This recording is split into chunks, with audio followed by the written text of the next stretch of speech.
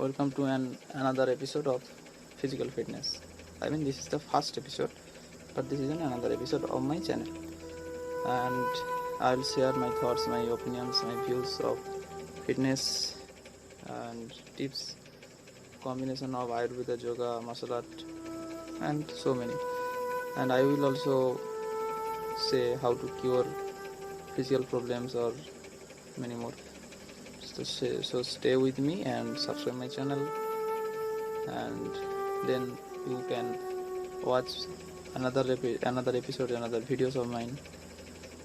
So let's start in Bengali. I will make another video on Hindi also. So let's start. প্রথম আসি, এই ভিডিওটা কি শুধুমাত্র ইউটিউব চ্যানেল আছে বলে ভিডিওটা বানানো হয়েছে, নাকি এর মধ্যে সত্যি কোনো ফিজিক্যাল ফিটনেসের টিপস আছে? তো এটা মেনলি একটা বেসিক টিপস দেওয়া হচ্ছে। শুরু করি।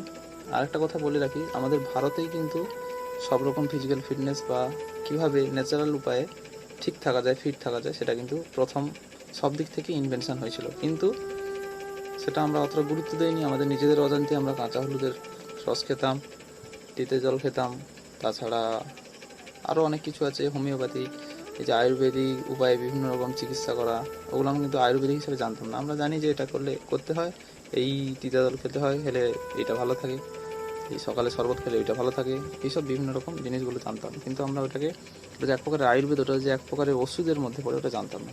যাই হোক, এবার আসি, আমাদের ফিট থাকতে হলে কীরকম ফিট থাকতে হবে? শারীরিকভাবে নাকি মানসিকভাবে নাকি দুটোতেই? আমি বলবো দুটোতেই, কারণ শরীরের মনের মধ্যে একটা আলাদা মিল আছে। কীরকম মিল সেটা?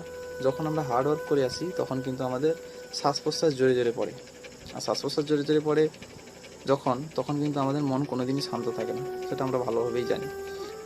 আর কারণ একটা উদাহরণ বলি, যখন আমরা জোরে কোনো সাইকেল চালিয়ে এলাম, কি কেউ কোনো কঠিন পরিশ্রম করে এলো, তারপরে কিন্তু তার মাথা শান্ত থাকে না। যেটা নিয়ম, সেটা কিন্তু যখন আমাদের এই শ্বাস প্রশ্বাস যখন জোরে পড়ে, যখন আমরা কোনো হার্ড ওয়ার্ক করে আসি, তখন কিন্তু মনটাও কিন্তু অশান্ত থাকে, অর্থাৎ চঞ্চল থাকে মনটা। কিন্তু যখন আমাদের মন শান্ত থাকে, তখন আমরা খেয়াল করে দেখতে পাবো, যখন আমরা কোনো ভালো দৃশ্য দেখছি, কোনো প্রাকৃতিক দৃশ্য উপভোগ করছি, কোনো মনোরম কোনো পরিবেশে আছি, সকালবেলা আছি, খুব ঠান্ডা পরিবেশে আছি, যে কোনো, তখন কিন্তু আমাদের মন যখন শান্ত থাকে, তখন কিন্তু খেয়াল করে দেখবেন আমাদের কিন্তু নিঃশ্বাস প্রশ্বাসও অনেকটা নরম থাকে, অনেকটা ধীরে ধীরে হয়। ঠিক তেমনি তাহলে উল্টো দিক থেকে দেখলে, শরীর যদি আমাদের উত্তপ্ত থাকছে, তখন নিঃশ্বাস প্রশ্বাস জোরে হচ্ছে, আর ঠিক তখন মনটাও কিন্তু উত্তেজিত থাকছে। আবার যখন শরীরটা ঠান্ডা থাকছে, নিঃশ্বাস প্রশ্বাস ঠান্ডা থাকছে, মনটাও তখন শান্ত থাকছে। তো শরীর আর মনের মধ্যে একটা মিল আছে, তাই জন্য আমাদের শরীরের সঙ্গে সঙ্গে মনের কথাটাও কিন্তু খেয়াল রাখতে হবে। এবার আসি কীভাবে শরীর আর মনে দুটোর এক্সারসাইজ করা যায়। ফার্স্ট রুটিনে আসি।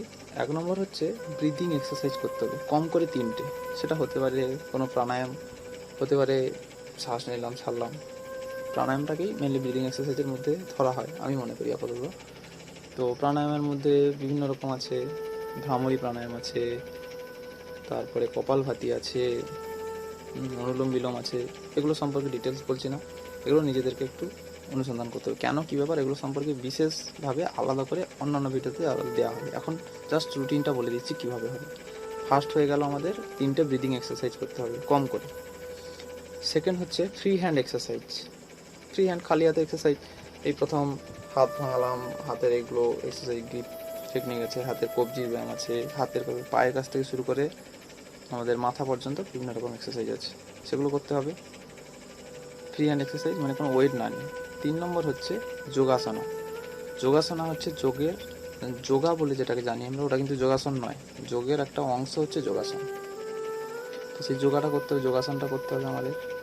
সেগুলো আমাদের বেছে নেবো, যে আমি এইগুলো হিসাব করে নিলাম, আমার সামনের ফ্রন্টের আসন এই কটা করবো, ব্যাক ফ্রন্টের আসন কয়েকটা করবো, ব্যালেন্সের আসন কয়েকটা করবো।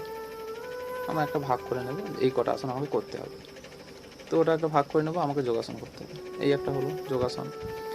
নেক্সট হচ্ছে, যদি সম্ভব হয়, শারীরিকভাবে যদি আমি সক্ষম থাকি, দৌড় আর ওয়েট লিফটিংয়ের কোনো এক্সারসাইজ করতে হবে। ওয়েট লিফটিং মানে শুধু যে ওয়েট ওঠাতে হবে সেরকম না, আমি ইট নিয়ে করতে পারি, আমি ডাম্বেল নিয়ে করতে পারি, বারবেল নিয়ে করতে পারি।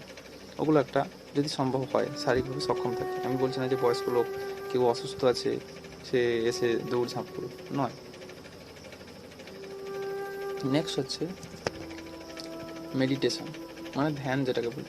এটা কিন্তু কোনো প্রপার ধর্মের জন্য নয়। মেডিটেশন মানে ধ্যান।